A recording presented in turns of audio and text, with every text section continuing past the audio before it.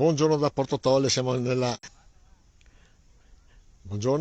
a Santa Giulia, frazione di Porto Tolle, e siamo davanti al ponte di barche che non è transitabile in questo momento. Ponte di barche Po della Donzella o Po di Gnocca, probabilmente determinato da un Po che effettivamente è abbastanza alto in questo momento, ma soprattutto per i tanti detriti che vediamo. Adesso andiamo a vedere, portati dal fiume e portati probabilmente da monte.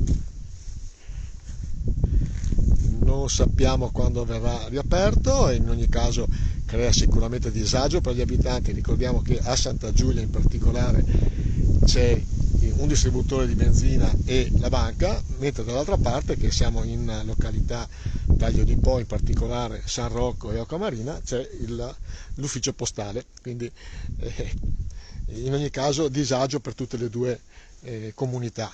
Non ultimo il fatto che tanti lavorano sia dall'altra parte nell'isola di Ariano, ma anche nella zona emiliana, in particolar modo a Goro, dove c'è un altro ponte di barche da passare.